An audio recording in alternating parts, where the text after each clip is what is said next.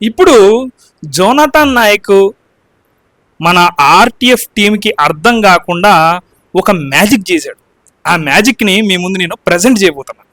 ఏంటి ఆ మ్యాజిక్కో ఇప్పుడు మీరు చూస్తే మీకు అర్థమైపోతుంది.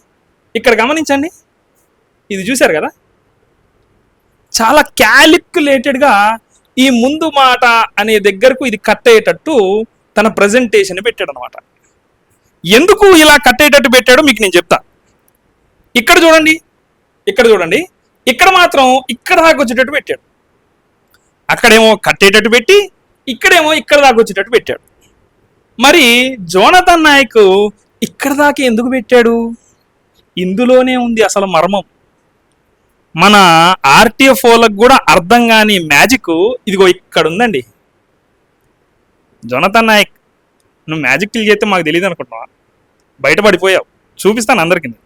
చెప్పాను కదా జోనాథన్ నాయక్ మ్యాజిక్ని బయట పెడతానని. ఇక్కడ చూడండి, ఇది ఏ ముందు మాట? 8వ ముద్రణకు ముందు మాట. మన జోనాథన్ నాయక్ ఏం చేశాడు తెలుసా? ఇది ఇక్కడ వరకు కవర్ చేశాడు. ఇక్కడ వరకు కవర్ చేసి ఓఫీర్ గారు చెప్పిన ముందు మాటలోని సంగతిని ఇంగ్లీష్ వర్షన్లో రాయలేదు అని ఇది మూసేసి చెప్పాడు అనమాట. ఎందుకు చెప్పాడో మీకు ఇప్పుడు అర్థమయ్యేటట్టు చెప్తాను. యాక్చువల్గా జరిగింది ఏంటంటే, ఓఫీర్ గారు యుగాంతం గ్రంథాన్ని రాసిన దగ్గర నుంచి మరలా మరలా ప్రింట్ చేస్తున్నప్పుడల్లా ఓఫీర్ గారు ప్రతి ముద్రణకు ఒక ముందు మాట రాశారు. పాత ముందు మాటను అలా ఉంచి మరలా ఇంకొక కొత్త ముందు మాటను రాశారు. ఎందుకు రాయాల్సి వచ్చింది అంటే, అప్పటి సమకాలీన పరిస్థితులకు సంబంధించిన ముందు మాటను ఓఫీర్ గారు రాస్తూ వచ్చారు. అయితే మొదటి ముందు మాట నుండి ఇప్పుడు 10వ ముద్రణ దాకా అయింది. ఇప్పుడున్న పరిస్థితిని బట్టి ఒక ముందు మాట రాస్తే దానికి ముందు ఒక ముందు మాట, దానికంటే ముందున్న ముందు మాట, అంటే ఇప్పుడు రాస్తున్న ముందు మాటకు ముందున్న 2 ముందు మాటలను ముంచి మళ్ళీ ఇప్పుడు ఒక కొత్త ముందు మాటను రాశాడనమాట ఓఫీర్ గారు. అయితే ఇక్కడ మన జోనాథన్ నాయక్ ఈ 8వ ముద్రణ అనేది మూసేసి ముందు మాట అని చూపించి, ఇదిగో ఈ ముందు మాటలో ఉన్న విషయాన్ని ఓఫీర్ గారు ఇక్కడ రాశారు, ఇంగ్లీష్ వర్షన్లోకి రానివ్వలేదు అని చెప్పడానికి ట్రై చేశాడు అనమాట. యాక్చువల్గా ఈ 8వ ముద్రణ ముందు మాటను రాయడానికి ఒక సమకాలీన పరిస్థితి కారణం. 8వ ముద్రణకే కాదు ముందు మాట, 9వ ముద్రణకు ముందు మాట ఉంది, 10వ ముద్రణకు కూడా ముందు మాట ఉంది. ఆ 3 ముందు మాటలు కూడా చూపిస్తాను నేను. ఈ 8వ ముద్రణకు ముందు మాట రాయడానికి కారణం ఏంటంటే, ఈ గ్రంథం కారణంగా నా పాత మిత్రులెందరో నాకు శత్రువులయ్యారు, విరోధులయ్యారు. తత్కారణంగా నేను ఎంతో శ్రమను నిందను భరించవలసి వచ్చింది. సో ఈ గ్రంథం రాయటం వలన ఓఫీర్ గారికి ఎంతో మంది శత్రువులయ్యారు, మిత్రులే శత్రువులయ్యారు. కాబట్టి ఆ సందర్భంలో రాసిన ముందు మాట ఇదన్నమాట. దీని తర్వాత ఇంకొక 2 ముందు మాటలు కూడా రాశాడు ఓఫీర్ గారు, అవి కూడా చూపిస్తాను. ఇప్పుడు ఇది 9వ ముద్రణకు ముందు మాట. దీన్ని కూడా ఓఫీర్ గారు ఆ సమకాలీన పరిస్థితులలో చెప్పాల్సిన సంగతి కోసం రాసిన ముందు మాట. అది కింద ఉంది, అది కూడా నేను చదువుతాను. ఇక్కడ చూడండి, కారణం ఏంటంటే ఈ పుస్తకంలో దేవుడు నా చేత రచింపజేసిన అంత్యకాల సంభవాలు నెరవేరటం ప్రారంభమైంది. ఈనాడు జరుగుతున్న రాజకీయ సంభవాలు ప్రజల ఆరోగ్యాలకు పెను ప్రమాదంగా ముంచుకొస్తున్న కరోనా లాంటి తెగుళ్ళు ప్రీ ట్రిబులేషనిస్ట్ బోధకులను పునరాలోచనలో పడవేశాయి. సో ఈ 9వ ముద్రణకు ముందు మాట రాయడానికి ఒక సమకాలీన పరిస్థితి కారణమైంది. ఏంటిది అది అంటే కరోనా. ఈ 9వ ముద్ర రాసేటప్పుడు కరోనా వైరస్ వచ్చిందనమాట. కరోనా వైరస్ వచ్చిన సందర్భంగా రాసిన ముందు మాట ఇది. ఇంకా 10వ ముద్రను కూడా చూపిస్తాను. ఇప్పుడు 10వ ముద్రణకు ముందు మాట, ఈ 10వ ముద్రణకు ముందు మాట కూడా ఏ సమకాలీన పరిస్థితుల్లో రాశారో కూడా ఇప్పుడు మనం చూద్దాం. కానీ మాకే నమ్మశక్యం కానంత ఆశ్చర్యకరంగా యుగాంతం గ్రంథానికి ప్రజాదరణ నానాటికి అధికమవుతూ వస్తుంది. ఎంతమంది పెద్ద మనుషులు పనిగట్టుకొని పగబెట్టుకొని విష ప్రచారాలు చేసినా అరచేతిని అడ్డుపెట్టి సూర్యకాంతిని ఆపలేం అన్న లోకోక్తి ప్రకారం యుగాంతం గ్రంథపు ప్రభావం తెలుగు క్రైస్తవ సమాజం మీద నానాటికి అధికమవుతుంది. ఈ సమకాలీన పరిస్థితికి ఓఫీర్ గారు 10వ ముద్రణకి ముందు మాట రాశారన్నమాట. చూశారు కదా, 3 ముద్రణలు. 8వ ముద్రణకు ముందు మాట, 9వ ముద్రణకు ముందు మాట, 10వ ముద్రణకి ముందు మాట. ఇలా ముద్రించిన ప్రతిసారి ఆ సమకాలీన పరిస్థితులకు కావలసిన ముందు మాటను ఓఫిర్ గారు రాశారు. అయితే ఇతనికి ఈ విషయం తెలుసు, జోనతాన్కి. ఇదిగోండి, ఇది తీసేస్తే బయటపడతాడని జోనతాన్కి తెలుసు. మన ఆర్టీఎఫ్ వాళ్ళు, అరే ఎందుకయ్యా బాబు నీలాంటోడు ఇట్లాంటి చెప్తున్నాడు అని అడుగుతారని అతనికి తెలుసు. తెలిసి ఏం చేశాడంటే ఇది మూసేసాడు అన్నమాట. ఇక్కడ బయటపడిపోతారు కదా. అయితే విషయం ఏంటంటే 8వ ముద్రణ ముందు మాట చూపించి, ఇంగ్లీష్ పుస్తకంలో మొదటి ముద్రణ ముందు మాట చూపించి, చూడండి ఓఫిర్ గారు ముందు మాటలో చెప్పిన దాన్ని ఉపసంహరించుకున్నారు, దీనికి కారణం ఆర్టీఎఫ్ఏ అని చెప్పే ప్రయత్నం చేశాడు. కానీ అది శుష్క విఫల ప్రయత్నం, బయటపడిపోయింది. ఓఫిర్ గారు ఈ ముందు మాటలన్నీ కూడా ముద్రించే ప్రతిసారి ఆ సమకాలీన పరిస్థితులకు కావలసిన ముందు మాటను రాసి గ్రంథంలో పెట్టారు.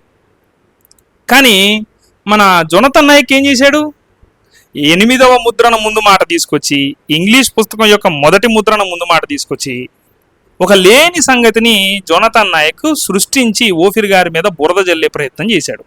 ఇప్పుడు మీరు చెప్పండి, ఆర్టీఎఫ్ అభిమానులు చెప్పండి, ఆర్టీఎఫ్ వాళ్ళకి జోనతన్ నాయక్కి ఓఫిర్ గారి మీద ద్వేషం లేకపోతే, ఓఫిర్ గారితో ప్రేమతో చర్చలు చేయాలనుకునే వారే అయితే ఇట్లాంటి నీచమైన పనులు ఎందుకు చేస్తున్నారు? ఇట్లాంటి దారుణమైన సంగతులు ఎందుకు చేస్తున్నారు? అంటే దీనికి కారణం ద్వేషమనే కదా. ఓఫిర్ గారిని ఏదో ఒకటి చేసి బదనాం చేయాలి, ఇదే వీళ్ళ టార్గెట్. మళ్ళీ ఆయన జాన్ క్రిస్టఫర్ మండిపోతున్నాడు. ఏంటి నువ్వు మండిపోయేది? చేసేయన్నీ పనికి మాలిన పనులు. ఇట్లాంటి ఘోరమైన అబద్ధాలు ప్రచారం చేసే వాళ్ళని తీసుకొచ్చి నీ ప్లాట్ఫామ్ మీద కూర్చోబెట్టి అబద్ధాలు ప్రచారం చేయిస్తుంటావు నువ్వు. మళ్ళీ ఓఫిర్ గారిని ఏకవచనం పెట్టి పిలిచి ఏది పడితే అది మాట్లాడతావా? నీకు అసలు అంత స్థాయి ఉందా జాన్ క్రిస్టఫర్? ఎంత దారుణమైన వ్యక్తులు మీరు! ఓఫిర్ గారి మీద హృదయం నిండా ద్వేషం నింపుకున్నారు 100%. ఇందులో ఏమాత్రం తిరుగులేదు. ఇక్కడ నిరూపణ అయిపోయింది. 3 సార్లు జోనతన్ నాయక్ అబద్ధం ఆడాడు. చాలా స్పష్టంగా క్లియర్ కట్గా ఎక్స్పోజ్ అయ్యాడు. సో టోటల్గా మన జోనతన్ నాయక్ ఏదో చేయబోయి ఇంకేదో చేశాడు. ఓఫిర్ గారు రాసిన యుగాంతం గ్రంథం యొక్క 8వ ముద్రణ ముందు మాటను తీసుకొచ్చి ఇంగ్లీష్ యుగాంతం గ్రంథం యొక్క మొదటి ముద్రణ ముందు మాటతో కలిపి పెట్టి మొత్తం అబద్ధాలు సృష్టించి, మ్యాజిక్లు సృష్టించి ఆర్టీఎఫ్ పరువు మొత్తం తీసేయడం. ఇక మీరు ఆర్టీఎఫ్ వాళ్ళు మీ ప్లాట్ఫామ్ నుండి ఇంత పబ్లిక్గా అబద్ధాలు బయటకు వెళ్తుంటే మీరు ఏం చేస్తున్నారో మరి కూర్చొని అసలు ఎంత దారుణమైన పరిస్థితుల్లో ఉన్నారనేది ఇక నేను దాన్ని వర్ణించలేను. అది మీకే నేను వదిలేస్తున్నాను. నేను చెప్పింది ఏంటంటే ద స్పిరిట్ ఆఫ్ నిమ్రోదు ఆత్మ సిరియా రాజు యొక్క శరీరంలో పరకాయ ప్రవేశం యొక్క ప్రస్తావన ఆస్వాల్డ్ జే స్మిత్ గారు తన గ్రంథంలో చెప్పలేదు. ఈ మాట నేను ఓఫిర్ గారితో సంభాషించాననే విషయం కదా నేను చెప్పాను. సో ఇప్పుడు మీరు విన్నారు కదా.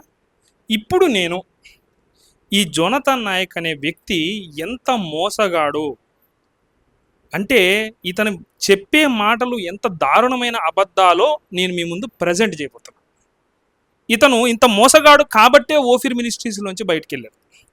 ఎందుకంటే ఓఫిర్ గారు చెప్పని మాటని ఓఫిర్ గారు చెప్పాడని దానికి పులిమి మరలా దాన్ని ఓఫిర్ గారు కరెక్ట్ చేసుకున్నారు అని చెప్పే ప్రయత్నం చేస్తున్నాడు జోనతన్. దానికి సహకరిస్తున్నారు ఆర్టీఎఫ్. సో ఒక వ్యక్తి మీద ఇంత ద్వేషం పెట్టుకొని మళ్ళీ మేము ప్రేమతో చర్చకు వెళ్ళాము అని ఎలా చెప్తారండి? ఇప్పుడు చూద్దాం.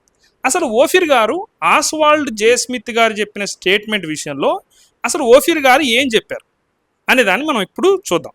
తెలుగు బుక్ యుగాంతం తెలుగు పుస్తకంలో 119వ పేజీలో ఈ సబ్జెక్ట్ స్టార్ట్ అయింది. మీ దగ్గర యుగాంతం బుక్ ఉంటే ఓపెన్ చేసి చూడండి. 119th పేజ్లో ఇంతకు ఏం జరిగింది అనే చాప్టర్.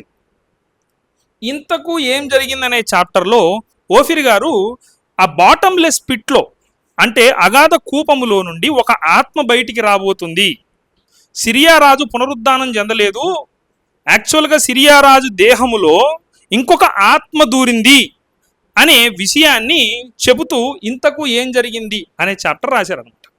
ఆ చాప్టర్లో ఎన్నో సంగతులు చెప్తూ వచ్చారు. బాటంలెస్ పిట్ నుండి, అగాధ కూపం నుండి ఆ ఆత్మ బయటకు వచ్చిందని చెబుతూ ఈ 119వ పేజీలో స్టార్ట్ అయిన సబ్జెక్ట్ని 120వ పేజీలో ఎండ్ చేశారనమాట. ఎండ్ చేస్తూ రాసిన మాట, సిరియా రాజు మృత శరీరాన్ని ఆవేశించింది వేరొక ఆత్మ. ఆ ఆత్మ దశాబ్దాల తరబడి కాదు సహస్రాబ్దాల తరబడి ఈ అవకాశం కోసం ఎదురు చూస్తూ ఉంది. సో ఇక్కడ ఓఫీర్ గారు చెప్తుంది ఏంటి? బాటంలెస్ పిట్ నుండి ఒక ఆత్మ బయటకు వచ్చింది అనే అంశాన్ని ఓఫీర్ గారు చెప్తున్నారు. సో ఆ అంశాన్ని గురించి చెబుతూ బాటంలెస్ పిట్, అగాధ కూపము నుండి ఒక ఆత్మ బయటకు వచ్చింది అనే విషయాన్ని ఓఫీర్ గారు ఎక్స్ప్లెయిన్ చేస్తూ, ఈ విషయం చాలా మందికి నమ్మశక్యం కానిదిగా కనిపించవచ్చు. ఈ సంభవం సరిగ్గా ఇలాగే జరుగుతుంది. ఏ సంభవం? అగాధ కూపంలో నుండి ఒక ఆత్మ పైకొస్తుంది అనే సంభవం ఇలాగే జరుగుతుందని ఆస్వాల్డ్ జే స్మిత్ గారు నమ్మారు. తన గ్రంథం ప్రాఫెసీ వాట్ లైస్ ఎహెడ్ లో వ్రాశాడు. సో ఆస్వాల్డ్ జే స్మిత్ గారు చెప్పింది ఏంటి? బాటంలెస్ పిట్ నుండి ఒక ఆత్మ బయటకు వస్తుందని. ఓఫీర్ గారు కూడా ఆ విషయాన్నే చెబుతూ బాటంలెస్ పిట్ నుండి ఒక ఆత్మ బయటకు వస్తుందని ఆస్వాల్డ్ జే స్మిత్ గారు చెప్పారని చెప్పారు. అయితే ఆ ఆత్మ ఎవరిది అనే చాప్టర్ దాని తర్వాత స్టార్ట్ అయింది. చూడండి, ఆ దుష్ట ఆత్మ ఎవరిది, ఎవరా ఆత్మ, ఈ విషయం చెప్పిన తర్వాత ఈ చాప్టర్ స్టార్ట్ అయింది. నిమ్రోదు ఆత్మే సిరియా రాజు దేహంలో దూరింది అని చెప్పింది ఓఫీర్ గారు, ఆస్వాల్డ్ జే స్మిత్ గారు కాదు. ఆస్వాల్డ్ జే స్మిత్ గారు చెప్పింది ఏంటిది? ఒక ఆత్మ, దుష్టాత్మ ఆ యొక్క బాటంలెస్ పిట్ నుండి బయటకు వస్తుంది. అది చెప్పాడు ఆస్వాల్డ్ జే స్మిత్ గారు. అది చెప్పాడనే ఓఫీర్ గారు రాశాడు. కానీ ఈ మోసగాడు, ఈ పిచ్చివాడు చెబుతున్న మాట ఏంటి అంటే, ఆస్వాల్డ్ జే స్మిత్ గారు నిమ్రోదు ఆత్మ బయటకు వచ్చిందని చెప్పినట్టు ఓఫీర్ గారు చెప్పారు అని ప్రాపగేట్ చేస్తున్నాడు. అంటే చూడండి ఎంత మోసగాడు. ఓఫీర్ గారు యుగాంతము గ్రంథములో నిమ్రోదు ఆత్మ వచ్చిందని ఆస్వాల్డ్ జే స్మిత్ గారు చెప్పినట్టు రాయలేదు. అందరూ గమనించండి. ఈ ఆర్టీఎఫ్ అందుకే అబద్ధాల సంస్థని ఫస్ట్ నుంచి నేను మొత్తుకునేది ఇందుకే. ఆస్వాల్డ్ జే స్మిత్ గారు అలా రాశారని ఓఫీర్ గారు రాయలే. ఓఫీర్ గారు రాసింది ఏంటంటే, ఆస్వాల్డ్ జే స్మిత్ గారు అగాధ కూపంలో ఉండి ఒక ఆత్మ బయటకు వస్తుందని నమ్మారు, అది రాశారు అనే విషయాన్ని ఓఫీర్ గారు చెప్పారు. అంటే వీళ్ళు ఓఫీర్ గారు చెప్పని మాటను కూడా చెప్పాడని పోర్ట్రే చేసి ఓఫీర్ గారు ఒక అబద్ధీకుడు అని చూపించే ప్రయత్నం చేస్తున్నారు. ఇది ఎంత దుర్మార్గం పని మీరు ఆలోచించండి. Jonathan Nayak, you are very great in creating lies. అబద్ధాలు సృష్టించడంలో నువ్వు పిహెచ్డీ చేసావయ్యా. నీలాంటి వాడిని తీసుకొచ్చుకొని కూర్చోబెట్టుకొని వాళ్ళే కొట్టించుకుంటున్నారు ఆర్టీఎఫ్ వాళ్ళు. చాలా జాగ్రత్తగా విషయాన్ని గమనించండి. అంటే ఒక వ్యక్తి మీద ద్వేషం ఏర్పడితే ఆ వ్యక్తిని తప్పుగా చూపించడానికి ఎంతకైనా ఒక వ్యక్తి దిగజారుతాడు అనడానికి ఇది చాలా మంచి నిదర్శనం. సో ఆర్టీఎఫ్ వాళ్ళు జోనథన్ నాయక్ని పిలిపించి మరీ అబద్ధాలను వాళ్ళ ఛానల్ ద్వారా చూపిస్తున్నారు. ఇది చాలా క్లియర్ కట్గా ఇక్కడ నిరూపణ అయిందనమాట. అయితే మరి ఓఫీర్ గారు ఇంగ్లీష్ పుస్తకంలోంచి ఆ విషయాన్ని ఎందుకు తీసేశాడు అనే ప్రశ్న మీకు ఉండొచ్చు. ఆస్వాల్డ్ జే స్మిత్ గారి స్టేట్మెంట్ని ఇంగ్లీష్ పుస్తకంలోంచి ఎందుకు తీసేశాడు అంటే, నా ఒపీనియన్ నేను చెప్తున్నా. నా ఉద్దేశం ఏంటంటే, ఏ పుస్తకంలోనే విషయాన్ని పలానా ఆథర్ రాశాడు, పలానా పుస్తకంలో రాశాడు అని ఆ భాషకు సంబంధించిన పుస్తకంలో మనం రివీల్ చేసేటప్పుడు వాళ్ళ పర్మిషన్ అడిగి రాయాలి. ఒకవేళ వాళ్ళ కాంటాక్ట్లోకి రాకపోయి ఉండొచ్చు, వాళ్ళ కాంటాక్ట్ వాళ్ళ పర్మిషన్ లేకుండా ఒకవేళ మనం పుస్తకంలో ఈ విషయాన్ని ఇలా రివీల్ చేస్తే వాళ్ళు దాని మీద కాపీరైట్ వేసే అవకాశం ఉంది. అందుకు ఓఫీర్ గారు ఇంగ్లీష్ పుస్తకంలో ఆ ప్రస్తావనని ప్రస్తావించి ఉండకపోవచ్చు అనేది నా ఉద్దేశం. అయితే దీన్ని తీసుకొచ్చి ఏం చెప్తున్నారు, ఓఫీర్ గారు ఇంగ్లీష్ పుస్తకంలో దీన్ని ప్రస్తావించలేదు అంటే ఆర్టీఎఫ్ వారు చెప్పిన దానికి ఓఫీర్ గారు లొంగిపోయాడు అని చూపించే ప్రయత్నం చేస్తున్నారు ఆర్టీఎఫ్ వాళ్ళు, జోనథన్ నాయక్. వీళ్ళు వేసిన ప్రశ్నే తప్పు. నువ్వు మళ్ళీ ఇప్పుడు ఓఫీర్ గారు తప్పని చూపించడానికి ప్రయత్నం చేస్తావు. అందుకే చెప్పే కదా, 5 గుడ్డోళ్ళు ఒక పిచ్చోడిని కూర్చోబెట్టుకొని చేసిన discussion the first episode of ఓఫీరిజం మూలాలు ఫలాలు. కాబట్టి ఇది తేట తెల్లం అయిపోయింది. ఆర్టీఎఫ్ వాళ్ళు పచ్చి అబద్ధాలు చెప్తున్నాడు. పచ్చి అబద్ధాలు చెప్పేవాడిని తీసుకొచ్చుకొని కూర్చోబెట్టుకొని ఇంటర్వ్యూ చేస్తున్నాడు. డిస్కషన్స్ కి రావడానికి ఒప్పుకోవడానికి గల కారణం ఏంటి? ఏ విధంగా ముందుకు వచ్చారు ఓఫీర్ గారు? అది ఎలా జరిగింది? మాకు బ్యాక్గ్రౌండ్ విషయాలు కొంచెం చెప్తారా? ఇక్కడ ప్రశ్న ఏంటంటే ఓఫీర్ గారు చర్చలకు ఎలా వచ్చారు, బ్యాక్గ్రౌండ్ విషయాలను ఎక్స్ప్లెయిన్ చేయమని ఒక మోసగాడిని అడిగారు. అది మొదటి సంగతి, అది మొదటి మిస్టేక్. తప్పకుండా అండి. 2022 I think you propose the debate. That మీలాంటి వాళ్ళు చర్చా వేదికలు లేకపోతే ప్లాట్ఫామ్ క్రియేట్ చేసి ఓఫీర్ గారిని పిలవడం కాదు. అసలు దీని యొక్క బేసిక్, దీని ఫౌండేషన్ ఏంటంటే, ఎందుకంటే ఇది ఏలియా మినిస్ట్రీ కదా, అంటే మీరు పిలిస్తే మేము రావడం కాదు. అంటే ఇప్పుడు నాకు ఎవరు ఏలియాగా కనిపిస్తున్నారు? ఇప్పుడు కర్మేలు కొండ మీదకి పిలిచింది ఏలియానా లేకపోతే బయలు ప్రవక్తలా? ఏలియా పిలిచాడు. చర్చకి పిలిచేవాడు ఏలియా, వేదికకి రమ్మని చెప్పేవాడు ఏలియా, తేల్చుకున్నా రెండని పిలిచేవాడు ఏలియా. ఇక్కడేమో ఆర్టీఎఫ్ పిలుస్తుంది. ఇప్పుడు యెహోవాయే దేవుడని నిరూపించుకోవాల్సిన అవసరం ఏలియాకుంది. కాబట్టి ఆయన ప్రార్థన చేశాడు, అగ్నిని కురిపించాడు, కన్విన్స్ చేశాడు సమాజాన్ని. చూశారు కదా, మన మహామేధావి మోసగాడు, పచ్చి మోసగాడు జోనథన్ నాయక్ మాట్లాడిన మాటలు. ఏం మాట్లాడుతున్నాడు? చర్చకి ఎవరు పిలిచారట? ఆర్టీఎఫ్ వాళ్ళు పిలిచారట. మొట్టమొదటి సంగతి ఇది, మెయిన్ ఇంపార్టెంట్ పాయింట్. చర్చ మొత్తం దీని చుట్టూనే తిరిగిందండి. ఆర్టీఎఫ్ వాళ్ళు చర్చకు పిలిచారా, ఓఫీర్ గారు చర్చకు పిలిచారా? ఓఫీర్ మినిస్ట్రీస్ వాళ్ళు పిలిస్తే ఆర్టీఎఫ్ చర్చకు వచ్చిందా? లేదు, ఆర్టీఎఫ్ పిలిస్తే ఓఫీర్ మినిస్ట్రీస్ వాళ్ళు చర్చకు వెళ్ళారా? ఈ సంగతి చాలా ప్రాముఖ్యమైనది. ఇది నేను చెప్పే మాట కాదు, ఇది జాన్ క్రిస్టఫర్ గారే చెప్పిన మాట. 2022లో చర్చ జరిగినప్పుడు జాన్ క్రిస్టఫర్ గారే ఏం చెప్పారు, అది కూడా మనం చూద్దాం. ఓకే, ఇదే పాయింట్. బట్ ఈ పాయింట్ డిస్కషన్ లో మనం డైగ్రెస్ అవుతున్నామని అనిపిస్తుంది. విషయం ఏంటంటే, మేము చాలా క్లియర్ గా చెప్పినటువంటి విషయం, నంబర్ 1, జేమ్స్ జగదీష్ గారు మనము యుగాంతం పుస్తకం మొదలుపెట్టి ఈ డిస్కషన్ ను చేద్దాము అని అప్రోచ్ అయినప్పుడు మేమందరం ఒప్పుకున్నాం కదండి జగదీష్ గారు?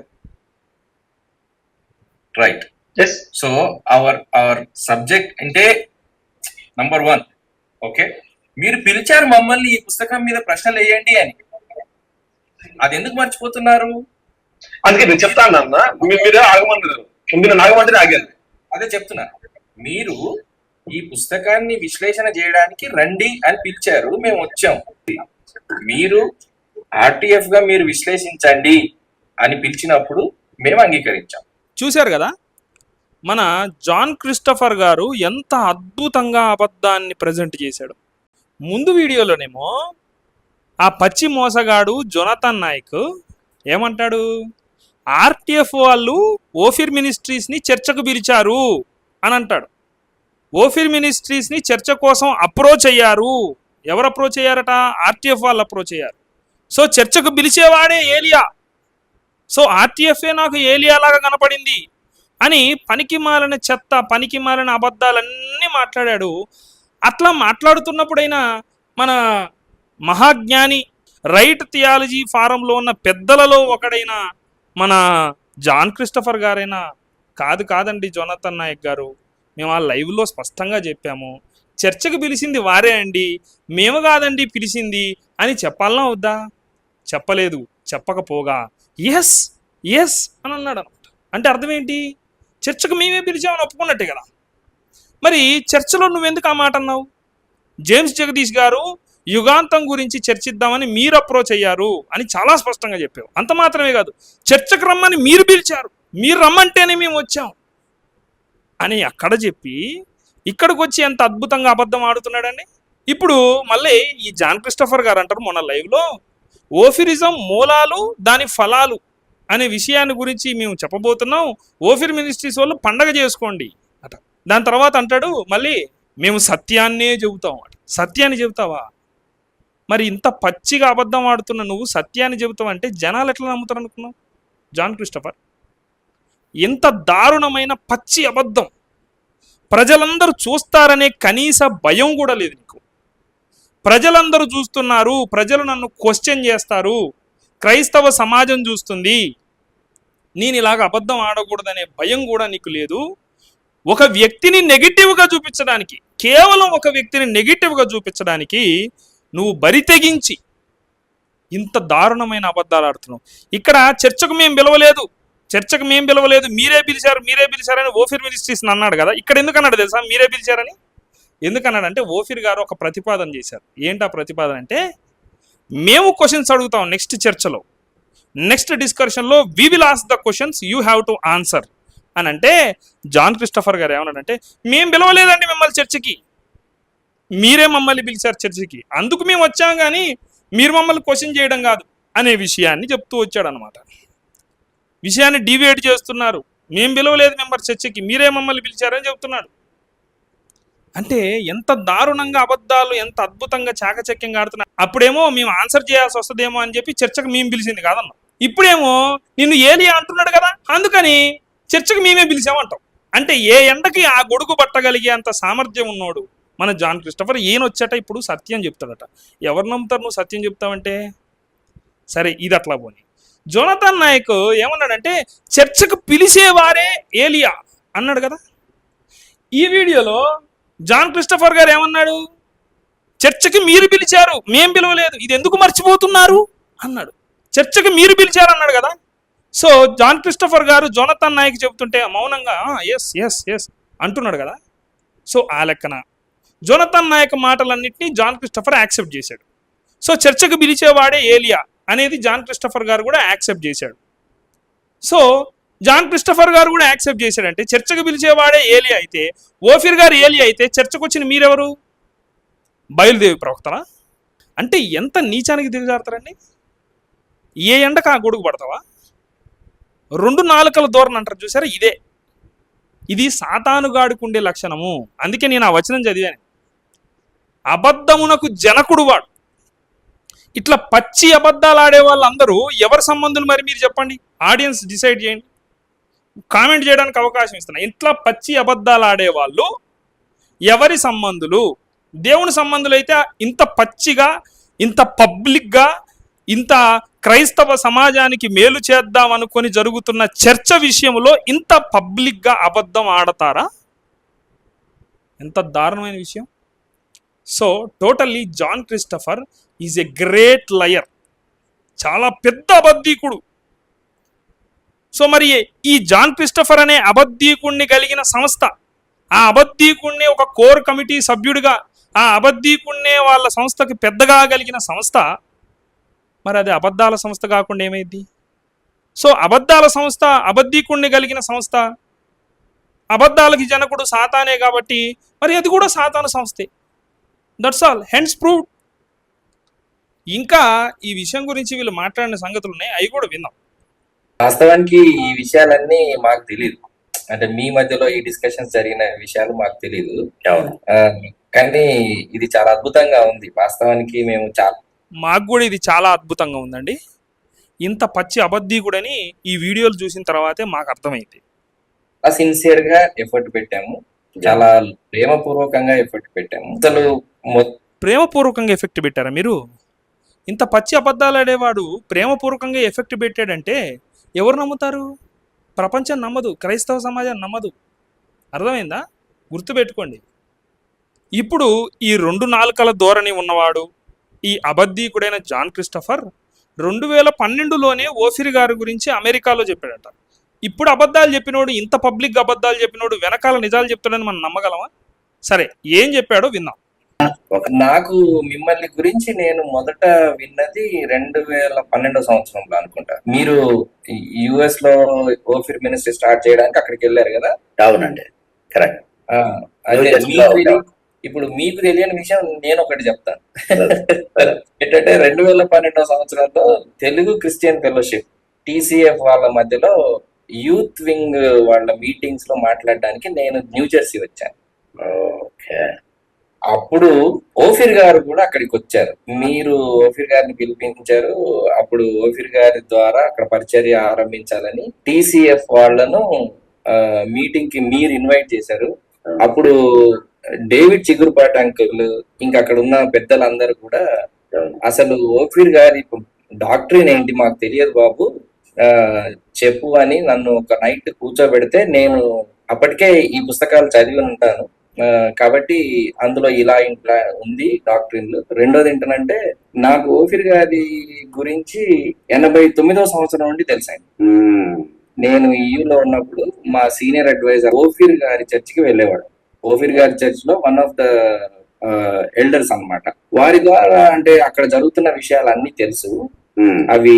సో అప్పుడు ఆ న్యూజెర్సీ తెలుగు క్రిస్టియన్ ఫెలోషిప్ పెద్దలందరూ వీరి పరిచర్యను గురించి డాక్టరీన్ గురించి చెప్పమన్నప్పుడు నేను ఉన్నట్టు మొత్తం చెప్పాను. నేను చదివింది ఇది, ఆ బుక్స్ లో ఇలా ఉంటది అది అన్నప్పుడు ఇంకా వాళ్ళు డ్రాప్ అయిపోయారు. అవును, వాస్తవానికి మీకు గుర్తుండి ఉంటది, వాళ్ళు మళ్ళీ పిలవలేదు. అవును, అప్పుడు మీరు ఒక హోటల్లో పెట్టారు మీటింగ్. అవును, ఇక అది వేరే విషయం అనుకోండి. మన విన్నారు కదా, ఈ అబద్ధీకుడు 2 నాలుకల ధోరణి కలిగిన వ్యక్తి 2012లో ఓఫిర్ గారి గురించి అమెరికాలో ఉన్న తెలుగు క్రైస్తవులకి ఓఫిర్ గారి సిద్ధాంతాల గురించి చెప్పాడట. ఇంత పబ్లిక్గా అందరూ చూస్తారనే భయం కూడా లేకుండా ఇంత అద్భుతంగా అబద్ధాలు ఆడుతున్న వ్యక్తి 2012లో నిజం చెప్పుంటాడండి. ఇతనట 1989 నుండే ఓఫిర్ గారిని దూరం నుండి అబ్జర్వ్ చేస్తున్నాడట. అబ్జర్వ్ చేస్తూ వెనకాల అందరికీ ఇలాగ అబద్ధాలు ప్రచారం చేస్తున్నాడు. అందుకే చెప్పాను నేను, ఆర్టీఎఫ్ అనేది అబద్ధాల సంస్థ.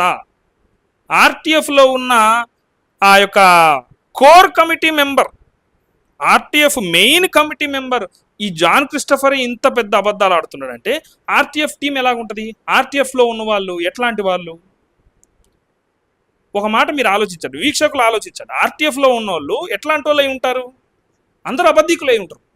ఒక అబద్ధీకుడు ఎవరిని తయారు చేస్తాడు? మరి అబద్ధీకులనే తయారు చేస్తాడు, పచ్చి మోసగాళ్ళని తయారు చేస్తాడు. వీళ్ళ సంస్థలో తయారయ్యేది ఇట్లాంటి అబద్ధీకులే. చాలా స్పష్టంగా అర్థమవుతుంది. కాబట్టి ఆర్టీఎఫ్ అనేది అబద్ధాల సంస్థ. అంత మాత్రమే కాదు, ఆర్టీఎఫ్ అబద్ధాల సంస్థ కాబట్టి, అబద్ధాలకు జనకుడు సాతాను కాబట్టి సాతాను సంస్థ.